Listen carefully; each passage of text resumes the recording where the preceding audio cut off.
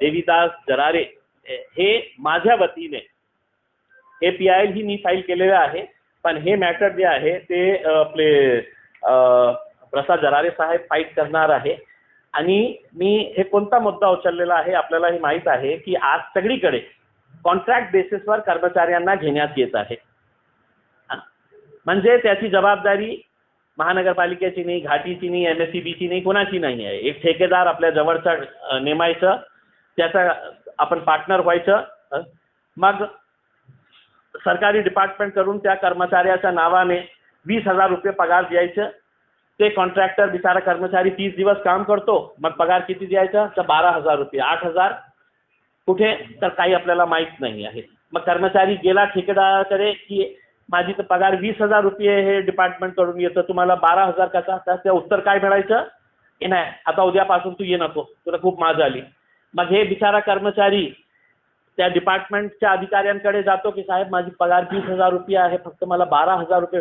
ते काय म्हणतो की आमचं काही देणं घेणं नाही, तू आमच्या रेकॉर्डवरच नाही आहे, तू ठेकेदाराला जाऊन विचारा. आणि ते बिचारा कर्मचारी अनेक वर्षापासून, 8-10 वर्षापासून हे कर्मचारीचा कसा त्रास होत आहे. PF भरलं का तर नाही, ESIC भरलं का तर नाही, आणि कोणीही विचारायला तयार नाही.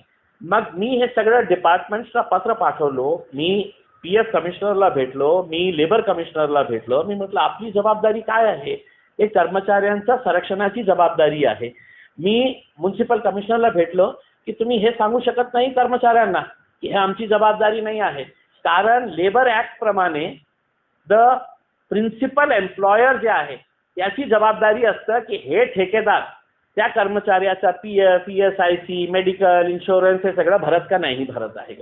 पण कोणीही विचारायला तयार नाही आहे. उदाहरण दिलं तर महानगरपालिकेमध्ये दर महिन्याला 6 कोटी रुपयाचं बिल निघतं त्या ठेकेदाराच्या. मग एकदाही महानगरपालिकेने विचारलं का की ते 6 कोटी रुपये महिन्याला जे जात आहे त्याचं PF ते भरत आहे का. मग मी इतकं सारे डॉक्युमेंट्स तयार केले. अनेक लोक, मी एक आंदोलनही उभे केलं होतं डिव्हिजनल कमिशनर ऑफिसच्या समोर, एक कंत्राटी कामगारांच्या, आणि सगळीकडे हे सुरू आहे. मग हे सगळं डिटेल्स मी काढलं आणि ते आता प्रसाद जरारे साहेब आपल्याला थोडी माहिती त्याच्या बाबतीत देतील. मध्ये भरणार आहे. आणि ते जेव्हा हे सरकार आपल्याला पत्र पाठवते, कोर्टाला पत्र पाठवते, ते याच्यामध्ये उल्लेख करतं विषय जनहित याचिका क्रमांक 46/2021 श्री सय्यद इम्तियाज जलील विरुद्ध महाराष्ट्र शासन. मग फक्त आपल्या जिल्ह्याच्या बाबतीत नाही बोलतो, क्लास 3 आणि क्लास 4ची आता जे वेकेन्सीच्या बाबतीत कोर्टांनी जे एक डेट दिलेली आहे त्याच्यामध्ये किती पोस्ट फिल करणार आहे ते येणाऱ्या 3 महिन्यामध्ये, तर ते टोटल 10,900 क्लास 3 आणि क्लास 4ची पोस्ट हे सगळं भरण्यात येणार आहे. क्लास 3 आणि क्लास 4चे एम्प्लॉईजचे. तर हे आपल्याला खूप हे क्लास 3 आणि क्लास 4ची जे आहे ना ते 3 महिन्याची कालावधी त्यांनी दिलेली आहे की 3 महिन्यामध्ये ते हे सगळं पोस्ट त्यांनी भरावं म्हणून. आता आदेश दिलेले आहे, त्याची डेट पण आहे, त्यांनी डेट दिलेली आहे क्लास 3 आणि क्लास 4ची. ते सगळं नाही का मतलब आपल्याला नाही का हे मी स्कॅन करून पाठवतो, कारण हे सगळं महाराष्ट्राचं आहे. आपली जे विशेषकर जे न्यूजपेपरचे जे कॉपीज आहे तर त्यांनी हे सगळं सांगितलेले आहे की आतापर्यंत आम्ही किती भरलेले आहे आणि किती वेकन्सीज आहे. म्हणजे क्लास 3ची जे पोस्ट आहे 6,936 क्लास 3ची पोस्ट आहे, वेकंट पोस्ट आहे. मग त्यांनी ते डिस्ट्रीब्यूट केलेले आहे की त्याच्यामध्ये नर्सिंग किती आहे, नॉन टेक्निकल किती आहे, हे सगळं डिस्ट्रीब्युशन केलेलं आहे. क्लास 4ची पोस्ट किती आहे तर 3,545 पोस्ट आहे. म्हणजे 350 आणि 7,000, याचा अर्थ 10,000 टोटल आपण कॅल्क्युलेट केलं तर 10,900 काहीतरी येत आहे. तर हे 3 ते 4 महिन्यामध्ये हे सगळं पोस्ट फिल करणार आहे.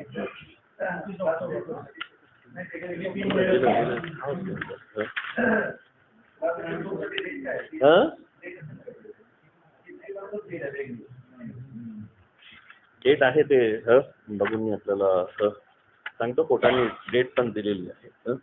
तर हे याच्या बाबतीत होतं. प्रसाद साहेब अजून काही पॉईंट?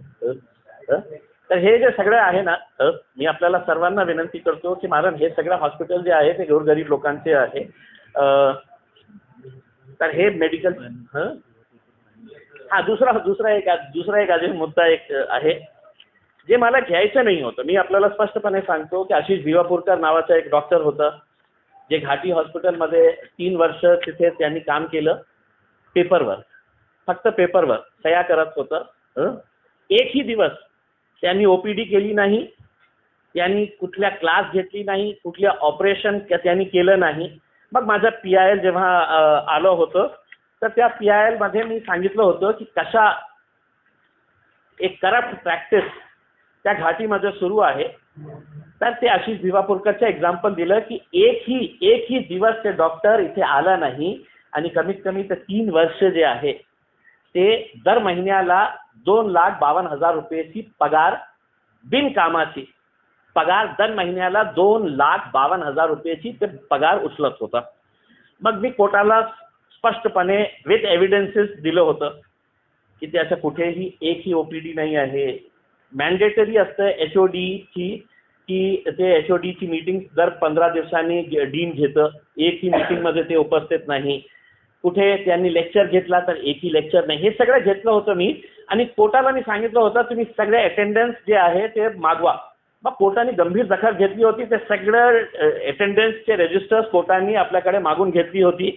मग त्या अटेंडन्समध्ये 2 वर्षाची जे सिग्नेचर्स होती आशिष भिवापूरकर साहेबांची, तर सगळ्या लास्टमध्ये एकही पेनचे आणि घाईघाईने ते इतकं सिग्नेचर्स करून टाकले होते की संडेलाही साईन केली होती आणि जे सरकारी सुट्टी होती त्या दिवशी त्यांनी साईन केली होती. आणि मी स्वतः कोर्टाने सांगितलं अरे इतना प्रॉम्प्ट है, ये तो संडे के दिन भी आ रहा है डॉक्टर से. हे कोर्टाचे ऑब्झर्वेशन होते. गव्हर्नमेंट हॉलिडेलाही होते. मग हे पैसे कुठे गेले होते, कोणी दिले होते त्याला? मग घाटीमध्ये एक त्यांचं हे आहे का नाही आहे की घाटीमध्ये काम करणारा तिकडचे जे डीन आहे त्यांचाही सगळ्यांचा हे सहभाग होता की बाबा 2,52 आपण तुला देणार, तू 1 लाख ठेव, 1 लाख आपल्या स्टाफला आपण वाटू, 50,000 याला आपण हे करू. हे सगळं रॅकेट. असं नाही होऊ शकत ना की सॅलरी इथून निघतं, मेडिकल कॉलेज औरंगाबादहून सॅलरी निघतं, ते औरंगाबादला कधी आलंच नाही. आणि हे मग कोर्टाने त्याची एक इन्क्वायरी लावायला सांगितलं आणि त्यालाही म्हणजे अनेक वेळा. मग मला हे नाही का हे मुद्दा मी म्हटलं की माझा जे मेन फोकस आहे ते ओव्हरऑल मी इंडिव्हिज्युअलवर कशाला जाऊ करते. मग त्यावेळची जे डीन मॅडम होते येरेकर मॅडम, यांनी एक ॲफिडेव्हिट कोर्टाला फाईल केली आणि तिने ॲफिडेव्हिटमध्ये सांगितले की हे डॉक्टर रेग्युलरली आमच्याकडे यायचं, OPD करायचे, ऑपरेशन करायचे, हे सगळे ॲफिडेव्हिट त्यांनी दिले. मग मी कोर्टासमोर उभे राहून हे सांगितलं होतं की इधर आय एम टेलिंग लाईज, मी खोटं बोलत आहे ऑन ॲफिडेव्हिट, किंवा हे dean madam, respected dean madam जे आहे ते खोटं बोलत आहे. आमच्या दोघांपैकी जे खोटं बोलणारं असेल त्याच्यावर सक्त कारवाई व्हायला पाहिजे, मी कोर्टाला सांगितलं होतं. कारण त्यांनीही स्वॉन ॲफिडेव्हिट केलेलं आहे की ते येत होतं आणि मी म्हणत आहे की एकही दिवस ते आलं नाही. मग त्याची इन्क्वायरी कोर्टाने लावली. मागच्या अनेक मीटिंग्समध्ये ॲफिडेव्हिट एक हे यायचं सरकारकडून की त्याची इन्क्वायरी सुरू आहे. मग 2 वर्ष होऊन सुद्धा तुमची अशी काय इन्क्वायरी करत आहे की ज्याचा. मग मी मागच्या मीटिंगमध्ये कोर्टाला सांगितलं की इधर हे डॉक्टर जे आहे हे इतकं पॉवरफुल आहे की त्याच्यामध्ये इतकी हिंमत आहे की ते इन्क्वायरी ही ते थांबवू शकेल. इतकं पॉवरफुल आहे किंवा त्याच्यावर कुणाचा मोठा हात आहे की कोर्टाने सांगितल्या आदेशानंतरही त्याची रिपोर्ट येत नाही. मग त्यांनी हे सांगितलेलं आहे की as far as the department inquiry being conducted that the inquiry is now in its final stage. मग हे फायनल स्टेजवर जे काही इन्क्वायरी, आणि मी आपल्याला प्रामाणिकपणे सांगतो मी आजपर्यंत हे डॉक्टरला भेटलं नाही, कोण आहे काय आहे. ते मुंबईला राहत होतं, मुंबईला प्रॅक्टिस करत होता, इथे फक्त पगार त्याची निघत होती, 2,52,000 रुपये प्रति महिना. किती लोकांची इतकी सॅलरी असेल बिनकामाची? 2,52,000 रुपये. तर नाही, हे बंबईला राहत होते. आता त्याचं कनेक्शन आता त्याचं कनेक्शन कुठे मुंबईला होतं का इथे सगळं एक रॅकेट तयार करण्यात आलं होतं. आणि मी जेव्हा रिपोर्ट येईल मी स्पष्टपणे कोर्टाला एक विनंती करणार आहे की जे डीन होतं त्यांच्या ते आहे तर त्यांच्या सॅलरीतून काही पैसे कापण्यात यावे. तिकडचं जे स्टाफ आहे ते कमीत कमी पगार त्या घेणारा स्टाफ असेल ते क्लर्क का होऊ देणं, कमीत कमी त्यालाही शिक्षा व्हायला पाहिजे. त्याची 1 वर्षाची 2 वर्षाची 6 महिन्याची त्याचीही पगार कापण्यात यावे. कारण एक नेक्सस आहे. नाही तर काय मेसेज जाणार आहे समाजामध्ये की इतकं मोठं चीटिंग होऊन हायकोर्टाला गेल्यावरही काही होत नसेल तर हे दुर्दैवच आहे. मतलब वो नजरअंदाज नहीं हो सकता, वो कोर्ट में भी इसकी चर्चा होगी, कभी बात. फिर ये हॉस्पिटल के लिए एक ऐसा जन आंदोलन आप आगे आके क्यों नहीं खड़ा कर सकते? ऐसा कैंडल मार्च दवा करने के लिए. देखिए, मैं आज भी बोल रहा हूँ कि मैं करने के लिए तैयार हूँ, लेकिन आप ये क्यों उम्मीद कर रहे हैं कि हर मुद्दे के लिए है तो एक ही पॉलिटिकल पार्टी उठेगी और आवाज उठाएगी करके, एक ही पॉलिटिकल पार्टी का खासदार उठेगा और आवाज उठाएगा करके. हम तो इसको जन आंदोलन अगर बनाने के लिए तैयार है. मैं तो आपसे हाथ जोड़कर विनंती कर रहा हूँ, ऐसे सामाजिक संगठन ऐसे राजनीतिक पक्ष अगर सामने आते हैं और ये कहते हैं कि हम एक आंदोलन इसके खिलाफ हम खड़े करेंगे उसमें, तो आप बोलिए, या तो मेरे नेतृत्व के अंदर आइए या आप अपना नेतृत्व करिएगा उसमें, मैं करने के लिए तैयार हूँ.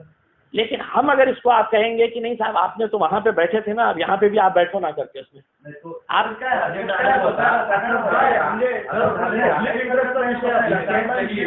मैं आपको इसके बावजूद भी बोला हूँ कि मैं कोर्ट में जाने के बावजूद भी ये होने वाला है.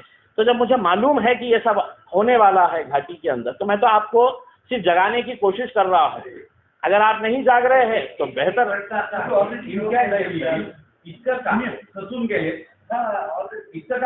कारण त्यांनी जर पुढाकार घेतला तर सगळेजण एकत्र येऊ शकतात असा विश्वास का गमावलाय? कारण काय नेमकं असं वाटतंय का की औरंगाबादच्या आंदोलन नामांतर विरोधातल्या आंदोलनामध्ये तुम्हाला फारशी यश मिळालं नाही म्हणून तुम्ही खचून गेला? जिल्ह्याचे लोकप्रतिनिधी आपणच आहात, जिल्ह्याच्या प्रश्नावर आपण कारवाई. माझं नाही खचून नाही. आपण शब्द नाही खचून नाही. मी आपल्याला एक उदाहरण देतो. जेव्हा इथे आपल्या स्पोर्ट्स युनिव्हर्सिटी येणार होती, सर्व लोकांनी त्याच्या बाबतीत प्रयत्न केले होते, मीही प्रयत्न केलं होतं. पण जेव्हा गपचूप ते युनिव्हर्सिटी पुण्याला हलवण्यात आली होती, तुम्ही स्पोर्ट्स असोसिएशन सगळ्या स्पोर्ट्स असोसिएशनच्या अध्यक्षांना विचारा. मी त्यांना पर्सनली फोन केलं होतं, पर्सनली फोन करून रिक्वेस्ट केलं होतं की हे माझ्यासाठी नाही आहे, मी त्या स्पोर्ट्स युनिव्हर्सिटीचा फायदा घेणार नाही आहे, पण तुम्ही स्पोर्ट्स असोसिएशन रन करत आहे, तुम्ही पुढे या. सर्वांनी मला हे सांगितलं होतं की नाही साहेब ते बरोबर नाही झालं, पुण्याला नको जायला पाहिजे होतं. मग मी त्यांना सांगितलं की तुम्ही आंदोलन का करत नाही, मी तुम्हाला पाठबळ देतो, मी तुमच्या मागे राहतो. आपल्याकडे पालकमंत्री येणार आहे, आपण आंदोलन उभारा. आपल्याला हे दुर्दैव वाटायला पाहिजे. हे स्पोर्ट्समॅन असोसिएशन जितके आहे, कोणता एक असोसिएशन मला दाखवा, तुम्ही दाखवा साहेब, कोणता स्पोर्ट्स असोसिएशन पुढे आला होता त्याच्या बाबतीत आंदोलन करण्यासाठी. मी आंदोलन केलं आणि पोलीस केसेस आमच्यावर रजिस्टर करण्यात आले. की का? की आम्ही डिव्हिजनल कमिशनर ऑफिसच्या समोर आंदोलन केले आणि पालकमंत्र्यांना काले झेंडे दाखवले, तर ते केस आताही कोर्टामध्ये सुरू आहे. तुम्ही जे सायकलिंग असोसिएशन असू द्या, ते तुम्ही स्वतः, मी ऑन एयर बोलतो आणि मी असं हे बोलणारा नहीं आहे. मैं दिल की बात बोलता हूँ, मैं मन की बात नहीं करता हूँ. तो दिल की बात जो बोल रहा हूँ मैं, आप स्पोर्ट्स एसोसिएशन से बात करिए, आप स्पोर्ट्स एसोसिएशन से पूछिए कि इम्तियाज जलील ने आपको विनंती की थी क्या. हाँ, और अगर इम्तियाज जलील ने अगर वो बोले नहीं हमको नहीं की थी, तो स्पोर्ट्स एसोसिएशन की उस कुर्सी के ऊपर बैठे क्यों है कि जब इतनी बड़ी युनिव्हर्सिटी आपके पास से जा रही थी करके. हे आता मेडिकलच्या संदर्भात एक PIL होतं. फक्त एक बेसिक जानकारी आपल्याला दुसऱ्या PIL साठी देतो. हे PIL जे मेडिकलचं आहे हे मी स्वतः कोर्टामध्ये पार्टी इन पर्सन, माझा लॉ झालेला नाही आहे, मी LLB केलेलं नाही आहे, मी स्वतः हायकोर्टासमोर मी एक वकील म्हणून उभे राहतो आणि 2 वर्षापासून मी स्वतः हे केस लढत आहे. हे कुठेही असं हे नाही आहे की एक मेंबर ऑफ पार्लमेंट, एक MP जे लॉ केलेलं नाही आहे ते स्वतः हायकोर्टामध्ये हे बाजू मांडत आहे हॉस्पिटलसाठी. 2 वर्षापासून मी स्वतः एक ॲडव्होकेट म्हणून उभे राहतो आणि मागच्या वेळी 3 दिवसापूर्वी जे झालं होतं 1.5 तास हायकोर्टांनी, मी धन्यवाद देतो हायकोर्टचे जस्टिस घुगे साहेब असू द्या, जस्टिस गंगापूरवाला साहेब असू द्या आणि जे चीफ जस्टिस आले होते दीपांकर दत्ता साहेब, त्यांच्या समोर ही 3दा माझी हिअरिंग झाली होती आणि त्यांनी सांगितलं होतं की इतकं मोठे इश्यूज आहे याच्यामध्ये आपण सर्व महाराष्ट्रात त्याच्यामध्ये इन्क्लूड करू. तर मला वाटतं की पत्रकारांसाठी ही एक तुमच्यापैकी एक पत्रकार खासदार झाल्यानंतर काय करू शकतं हे एक उदाहरण. तर दुसरा एक नाही एक सेकंड मी एक प्रश्नाचं उत्तर आहे का ना? मी डेट सोसायटीतला ऍक्टिव्ह MP आहे, हे खरी गोष्ट आहे. आणि मी जेव्हा बोलतो ना, आपण ही त्याचा विचार करा की आज जेव्हा मी हे बोललो की सुपर स्पेशालिटी आपण प्रायव्हेट प्लेयर्सला देणार आहे, या शहरातले या जिल्ह्यातले सगळं जे पुढारी आहे ते सगळं हेच म्हणतील नाही ते बरोबर चाललेलं आहे. आपल्याला काही हे आपल्याला आज आपण नाही थांबवले तर येणाऱ्या काळामध्ये गोरगरीब लोकांचे काय हाल होणार हे आपल्याला माहित आहे. आता हे मेडिकलच्या संदर्भात एक संदर्भातला एक प्रश्न असा आहे, तुम्ही म्हणताय की होणारच आहे, मग हे थांबवण्यासाठी तुम्ही MP म्हणून प्रयत्न करणार नाही का? आणि दुसरं, तुम्ही परत 4-5 वेळ डेट सोसायटी असं म्हणाले, त्या डेट सोसायटीला जर ऍक्टिव्ह करण्यासाठी तुम्ही काही प्रयत्न करणार आहात का, जे खरंच गरजू गरीब लोक आहेत त्यांच्यासाठी किंवा त्यांना काय आहे की मी अनेक असे वारंवार विनंती करून मला हे कळलं की लोकांना पटतं की नाही बरोबर बोलत आहे, आपली स्पोर्ट्स युनिव्हर्सिटी जायला नको होती, पण मी याच्यासोबत यायला तयार नाही आहे. ते तुमचं राजनीतिक काय असू शकतं की नाही, ते MIMचा खासदार आहे, आम्ही त्याच्यासोबत गेलं तर काय परिणाम होते, हे लोकांची जे आहे. मी एक सामान्य औरंगाबादकर म्हणून मी हे मुद्दे उचलले होते आणि आजही मी तुम्ही जसं सांगितलेलं आहे की लोकांमध्ये मी काय करणार, कारण मला माहीत आहे की कोणीही उभे राहणार नाही म्हणून मी कोर्टात गेलेलो आहे. मला हे माहीत असतं अशा ज्या लोक आहेत त्यांना जे खरे प्रश्न मांडायचे की अडचणी पुढच्या काळात येऊ नये म्हणून लोकांची मदत करायची, असे अनेक लोक आहेत, वेगवेगळ्या सेक्टरमध्ये आहेत, कोणी संघटनेचे आहेत, कोणी संस्थांचे आहेत, कोणी पॉलिटिकल पर्सन आहेत, वेगवेगळ्या पॉलिटिकल पार्टीज मध्ये लोक हेल्थ संदर्भात खूप चांगलं काम करत आहेत. दाखवा ना मला, म्हणजे हे पेपरमध्ये भाजपचा गट आहे, बरेच कार्यकर्ते घाटीच्या परिसरात फिरतं ना अनेक कार्यकर्ते आहेत. मतलब घाटी पार्टी सोडून राजकारण सोडून एकत्र आणण्यासाठी तुम्ही प्रयत्न करणार का? केवळ पत्रकार परिषद घेऊन नाही मी आपल्या वतीने हात जोडून माझ्या शहरातले सगळे पुढाऱ्यांना हात जोडून विनंती करतो, हे गोरगरिबांचा मुद्दा आहे. तुमचे अनेक कार्यकर्ते घाटीमध्ये वावरत असतात, पण काय असतं की बिल्डिंग कुठे तयार करण्यात येत आहे, 14 कोटी रुपयेमध्ये आपल्याला हे जे डागडुजीसाठी 14 कोटी DPDC मध्ये आलेले आहे, त्याच्यामध्ये आपल्याला काही मिळतं का?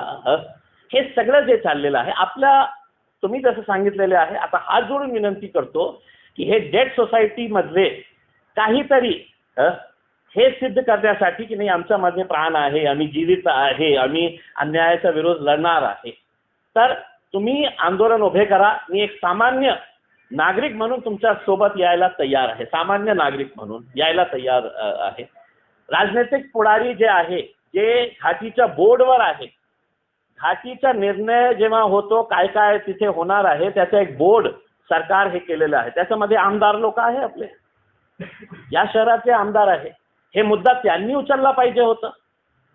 हे तर सगळं गपचूप लपून छपून सगळं चाललेलं आहे ना, त्यांनी हे आवाज उठवायला पाहिजे होतं. म्हणून मला माहित आहे की कोणी येणार नाही म्हणून मी कोर्टात गेलेलं आहे. आजही काही जीवित लोक असेल तर त्यांनी हे सांगा. सवाल ये है सर की आपल्याला देतो कारण त्याच्यामध्ये सविस्तर आहे की किती वेकन्सीज होती आणि आज किती वेकन्सीज फिल करण्यात आलेली आहे.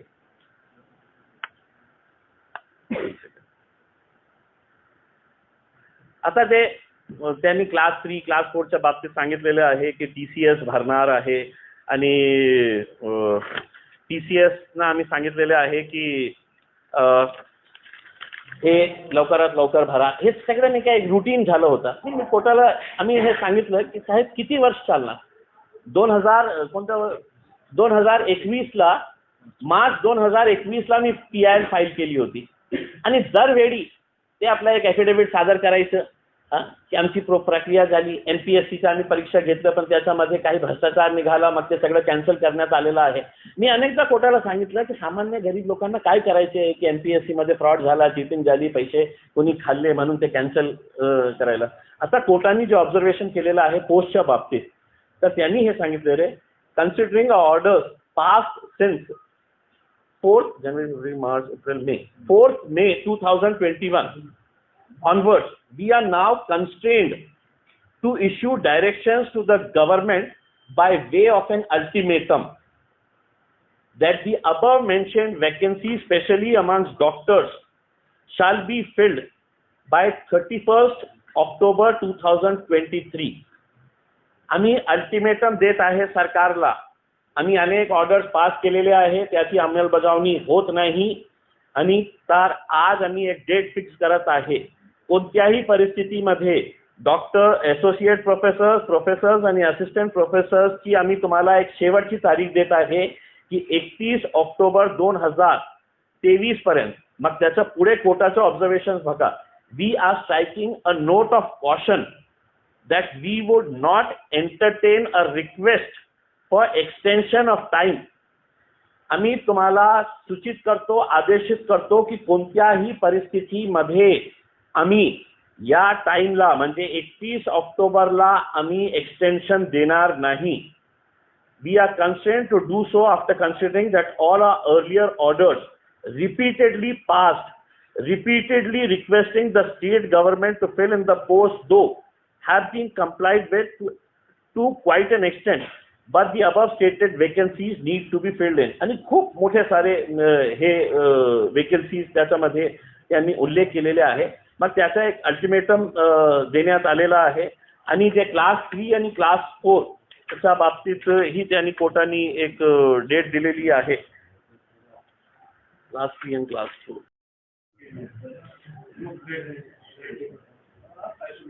नहीं, आप गलत उसका तर्क निकाल रहे. मैं कोई आइसोलेट नहीं हो रहा हूँ. मैं आइसोलेट बिल्कुल नहीं हो रहा हूँ. मुझे सिर्फ शिकायत इस बात की है कि मतलब लोगों के अंदर देखिए अगर यही इशू अगर पूना में अगर हुआ होता तो पूना में सोसाइटी जो सोशल कॉज के लिए लोग लड़ते हैं वो खड़े रह के पूना में एक सड़क भी बनती है तो लोग खड़े रहते हैं कि डामर बराबर डाल रहा है क्या नहीं, सीमेंट बराबर डाल रहा है क्या नहीं करके.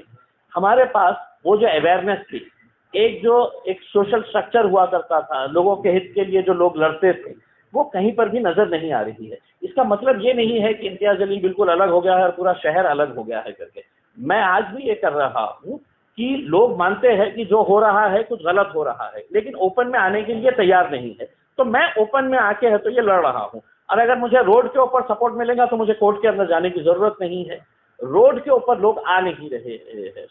मैं अकेले अगर निकालूंगा तो इसके ऊपर पॉलिटिकल ते MIM वाले आहे, ते भारतीय जनता पार्टी इतकं चांगलं काम करत आहे, प्रायव्हेट PPP मॉडेलवर आपण हॉस्पिटल रन करणार आहे, मग असं स्टेटमेंट निघणार आहे. हे लोकांचे इश्यूज आहे. लोकांनी त्याच्यामध्ये सहभाग व्हायला पाहिजे, लोकांचं पार्टिसिपेशन व्हायला पाहिजे. म्हणून मी लोकांना विनंती करत आहे. आज ही लोक रस्त्यावर येण्यास तयार असेल तर मी रस्त्याची लढाई मोठी करू शकतो.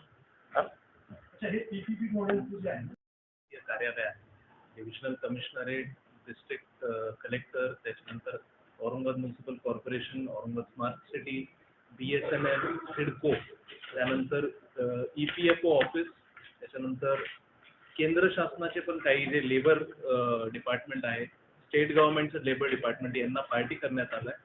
आणि गेल्या 2 वर्षामध्ये या रिस्पेक्टिव्ह ऑफिसेसमध्ये ज्यांनी ह्या सगळ्या गोष्टी मॉनिटर करायचं त्याच्यामध्ये जो काही करस्पॉन्डन्स खासदार साहेबांनी त्यांच्याशी केलेलं आहे, त्यामध्ये जे प्रिन्सिपल एम्प्लॉयर्स आहे, औरंगाबाद म्युन्सिपल कॉर्पोरेशन, वेगवेगळ्या नगर परिषद या क्रॉनिक डिफॉल्टर्स आहे असं त्यांनी रेकॉर्डवर दिलेलं आहे. आणि त्या पर्टिक्युलर कॉन्ट्रॅक्च्युअल एम्प्लॉईजचे जे काही मॉनिटरी बेनिफिट्स आहेत ते मॉनिटरी बेनिफिट्स पे करण्यापासून ते वारंवार त्यांची दिरंगाई झालेली आहे असं रेकॉर्डवर आलेलं आहे. या सगळ्या गोष्टी ज्या आहेत त्या कोर्टासमोर आपण मांडलेल्या होत्या. आणि त्या व्यतिरिक्त गेल्या 2 वर्षामध्ये जो काही पाठपुरावा आपण संबंधित कार्यालयात जो केलेला होता तो पण कोर्टासमोर ठेवलेला होता. आणि कोर्टाने याच्यामध्ये एक पब्लिक कॉज इन्व्हॉल्ड आहे.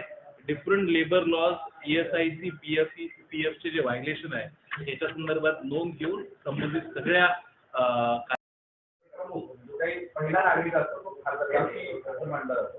तो MP असा एकदम नर्वस झालेला आहे आणि निराश झालेला आहे. कारण काय आहे? कारण काय? म्हणजे तुम्ही आवाज करून लढत आहे पण गिव्ह अप केल्यासारखं वाटतं. हा, ते उगाच तलवार घेऊन कोणाला तुम्ही असं काय इतकं काय आहे की माझी अपेक्षा हे आहे की सर्व लोकांनी पुढे ये.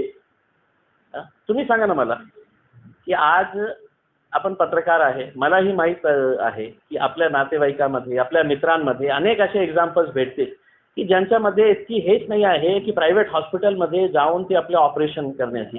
कुणावरही हे वेळ येऊ देऊ नका. माझी इच्छा आहे, माझी प्रामाणिक इच्छा आहे, कुणावरही हे वेळ येऊ नये. एक खासदार म्हणून मला कधीही घाटीला जाण्याची वेळ पडणार नाही, कारण खासदारांसाठी देशातले जे सगळे चांगले हॉस्पिटल्स आहेत, देशातले ते सगळे हॉस्पिटल्स आमच्या खासदारांसाठी आहे. पण ज्या लोकांनी मला खासदार केलेलं आहे त्यांच्या बाबतीत कोणीतरी विचार करायला पाहिजे ना. आज आपण जे मला प्रश्न विचारतं ते आता तुम्ही हे सांगा की आज कुणाचीही नोकरीची भरोसा नाही आहे. मी डॉक्टरांना विचारलं, हे एक्सपर्ट डॉक्टर्सला, की आपण स्कीममध्ये प्रायव्हेट हॉस्पिटलमध्ये करता येईल ना. तर त्यांनी मला आकडे सांगितलेले आहे की स्कीम असूनही सुद्धा आपल्याला किडनी ट्रान्सप्लांट करायचं असेल, आपल्याला काही दुसरे ऑपरेशन्स करायला असेल तर किती पैसे लागतात ते डॉक्टरांनी मला सांगितलेलं दिले की मतलब त्याचं स्वतःच्या खिशातून 4-4, 5-5 लाख रुपये पेशंट्सला स्कीममध्ये असून सुद्धा 18 लाख 20 लाख रुपये पैसे लागतात किडनीचा आणि काय काय ते त्यांनी सगळे डिटेल्स दिलेले आहे मला. तर ते 4 लाख 5 लाख रुपये एक गरीब माणूस कुठून आणणार आहे. तर माझा प्रयत्न जे आहे ते रस्त्यावर नाही तर कोर्टात, आणि ते रिझल्ट मिळत आहे. मला अभिमान आहे की मी जितकं प्रयत्न केलेले आहे. माझा पहिला जे PIL होता की मी गोपीनाथ मुंडे साहेबांच्या स्मारकाचा विरोध केला होता. बीड अंबेजोगाई होऊन मला इतकं शिव्या देणारे फोन येत होते, इतकं घाणेरड्या लेवलवर जाऊन लोक शिव्या देत होते मला की तू आमच्या साहेबांचा विरोध करत आहे, त्यांच्या स्मारकाचा विरोध करत आहे. मग मी PIL जेव्हा फाईल केलं आणि कोर्टाला सांगितलं की तिथे स्मारकच्या ऐवजी तिथे हॉस्पिटल बांधा. आज आपल्या सर्वांना अभिमान व्हायला पाहिजे की त्या PIL मुळे आज 400 बेडच्या हॉस्पिटलचं काम त्या जालना रोडवर सुरू आहे. जिथे मला सांगण्यात आलं होतं की अरे तुम्ही MIMचे आहे, तुम्ही भाजपचा विरोध करत आहे, इतके मोठे. हो, मलाही माहीत आहे की गोपीनाथ मुंडे साहेब सारखा लोकनेता महाराष्ट्रामध्ये कोणीही नाही आहे. इतका मोठा नेता होता. त्याच्यानंतर जेव्हा हॉस्पिटलचं काम सुरू झालं मग इम्तियाज जलीने राजनीती ना बघता मुख्यमंत्र्यांना पत्र पाठवलं की त्या हॉस्पिटलचं नाव आता तुम्ही गोपीनाथ मुंडे साहेबांच्या नावाने ठेवा. मी हे नाही सांगितलं की मी PIL फाईल केली होती, यांचं नाव ठेवा, त्यांचं नाव ठेवा. कारण मी नावाच्या भानगडीत पडत नाही असते. ज्यांना काही दाखवायचं नसतं तर ते नावाच्या मागे पडतात की हे नाव बदलायचं, ते नाव याचं ठेवायचं, ते नाव त्याला ठेवायचं आहे. तर हे एक मेडिकलच्या संदर्भात होता. आपले प्रश्न असतील तर ज्यांना थांबायचे असेल तर त्यांनी थांबवा. दुसरा एक जो PIL आम्ही फाईल केलेला आहे त्याचं फक्त एक बेसिक जानकारी मी देतो.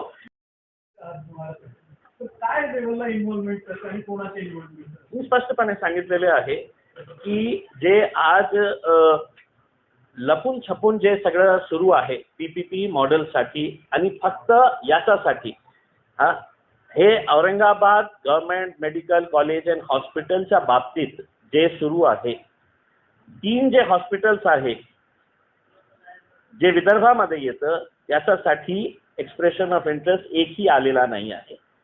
फक्त आमच्याकडे का 6 लोकांनी एक्सप्रेशन ऑफ इंटरेस्ट दाखवलेले आहे, कारण हे मोठा हॉस्पिटल आहे, 14-15 जिल्ह्याला ते कव्हर करतो. मग इथे येणारे जे लोक आहे त्यांना आपण जे सर्व्हिसेस MRI साठी आपण काहीतरी पैसे घेतो, 700 रुपये 1800 रुपये जे जे काही होतो, तर ते चार्जेस जे आहे ते प्रायव्हेट प्लेयर्स घेणार आहे. मग प्रश्न हे होतो की सुपर स्पेशालिटी बिल्डिंग आपण तयार केलेली आहे, 150 कोटी रुपये सरकारचे, डॉक्टरांची पगार सरकार देणार, कोट्यवधी रुपयांचे 30 कोटी रुपयाचे इक्विपमेंट्स आता केंद्र सरकारने सुपर स्पेशालिटी हॉस्पिटलला पाठवलेले आहे. ते सगळं सरकारचे आणि चालवणारा कोण? प्रॉफिट मेकिंग, तर एक प्रायव्हेट प्लेयर. जे कोणी असणार आहे तर मंत्रीचा कोणी जवळचा असणार आहे. मतलब तुम्हाला लपून छपून प्राइवेट प्लेयर का नाम बताइए. नहीं देखिए मेरे पास अभी तक प्राइवेट प्लेयरला द्यायचे तर सरकारी हॉस्पिटल बांधायचं. मी तेच म्हणतो, मी तेच जो 6 प्लेयर्स है बताइए. सर मेरे पास अभी तक उसके मैंने हाई कोर्ट को ये बताया हूँ कि सर ये पूरा है तो ये जो मीटिंग ली गई थी वहाँ पे सुपर स्पेशलिटी के ताल्लुक से मैंने ये हाई कोर्ट के अंदर बोला हूँ कि ये सिर्फ वैकेंसीज के बारे में नहीं थी, ये खामोशी में, और उस ऑर्डर के अंदर आप पढ़ेंगे कॉपी जो ऑर्डर दिया हुआ है उसके अंदर क्लियर स्पेसिफिक मेंशन किया हुआ है कि he has expressed his apprehension. मैंने ये apprehension किया हूँ कि ये एक्सप्रेशन ऑफ इंटरेस्ट है तो खामोशी में बुलाए गए हैं. तब है तो कोर्ट ने बोला AGP को कि गवर्नमेंट के पास से पूरे इंस्ट्रक्शंस लो कि ये किसको दे रहे हैं on what terms and conditions दे रहे. कोर्टाने मला विचारलं की काय कंडिशन, मला माहित नाही आहे, कारण हे सगळं लपून छुपून हे सुरू आहे. आपल्याला इतकं मोठा ते त्याचे नाव त्यांनी उघडले नाही. ते कोर्टा नाही मला माहित नाही. ते कोर्टाने AGPला सांगितलं तुम्ही आम्हाला डिटेल्स पाठवा. माझ्याकडे नाव आलेले नाही आहे.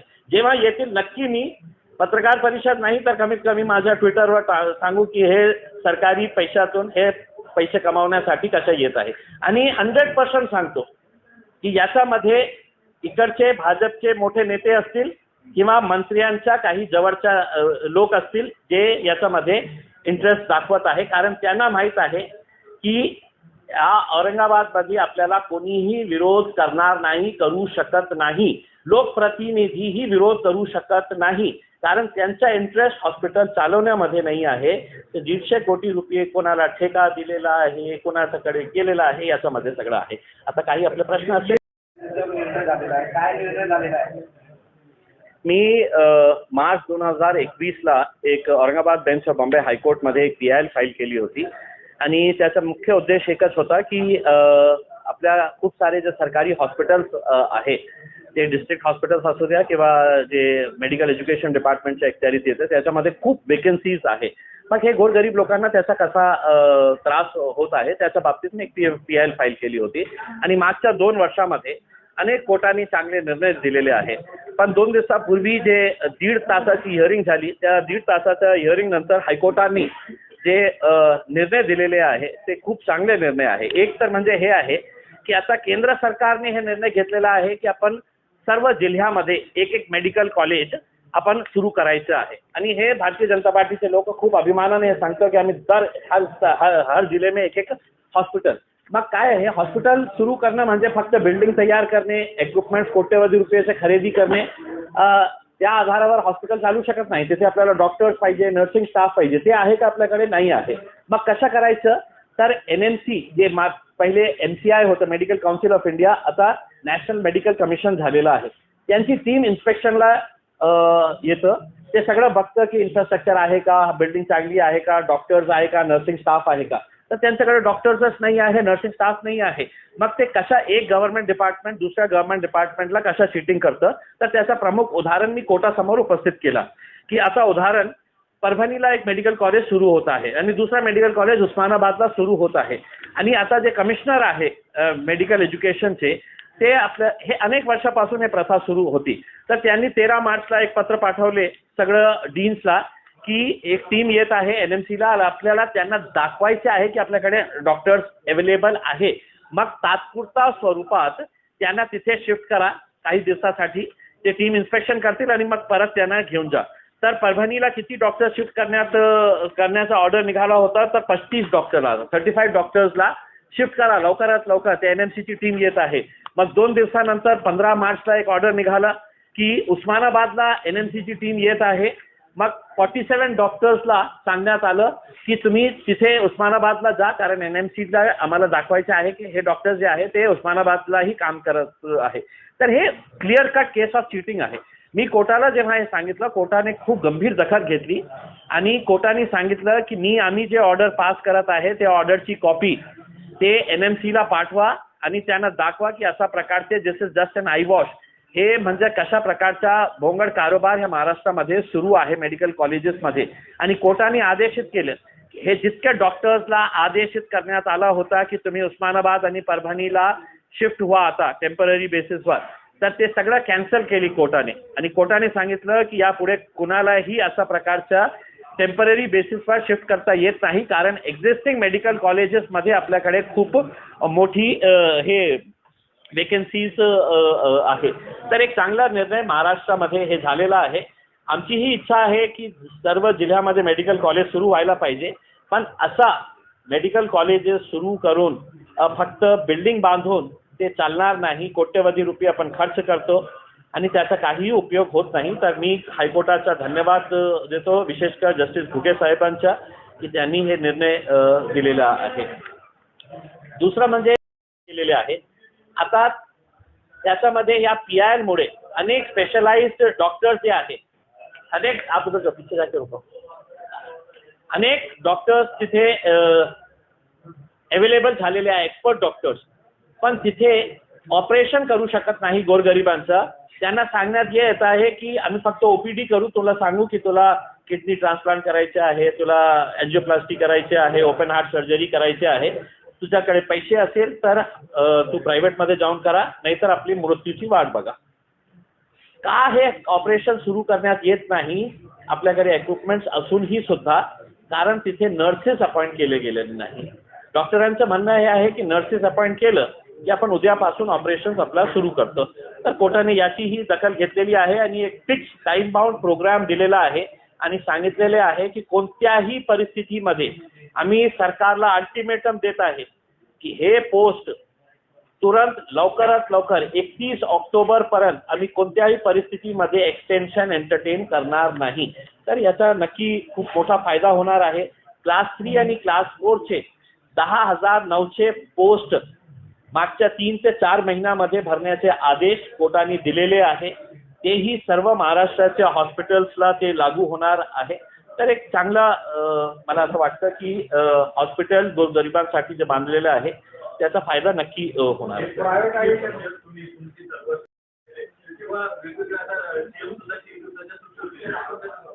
काय हे की हे सरकार कोणाचीही असू द्या, जे ऑफिसर्स अधिकारी बसते, हे पत्र कोणी मंत्रीने पाठवलेलं नाही आहे, हे पत्र कमिशनरने पाठवलेलं आहे.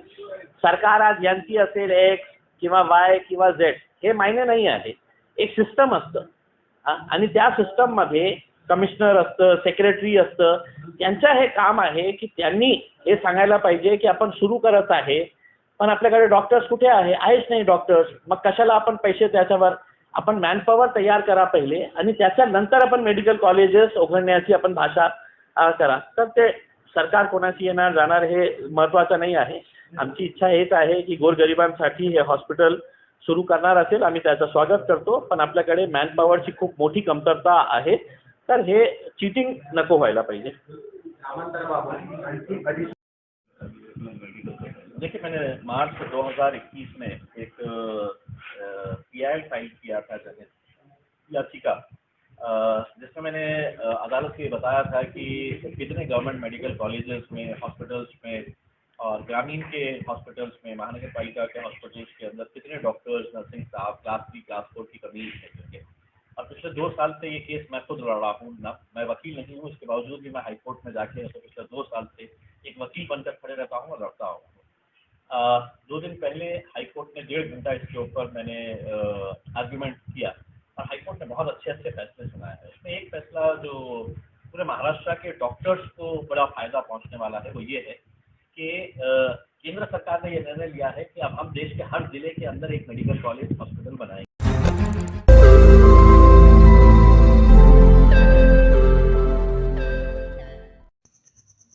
रोज़ नई खबरों को देखने के लिए हमारे औरंगाबाद समाचार चैनल को सब्सक्राइब कीजिए और नोटिफिकेशन पाने के लिए हमारे बेल आइकन को दबाइए ताकि हर खबर की नोटिफिकेशन आपको मिलती रहे।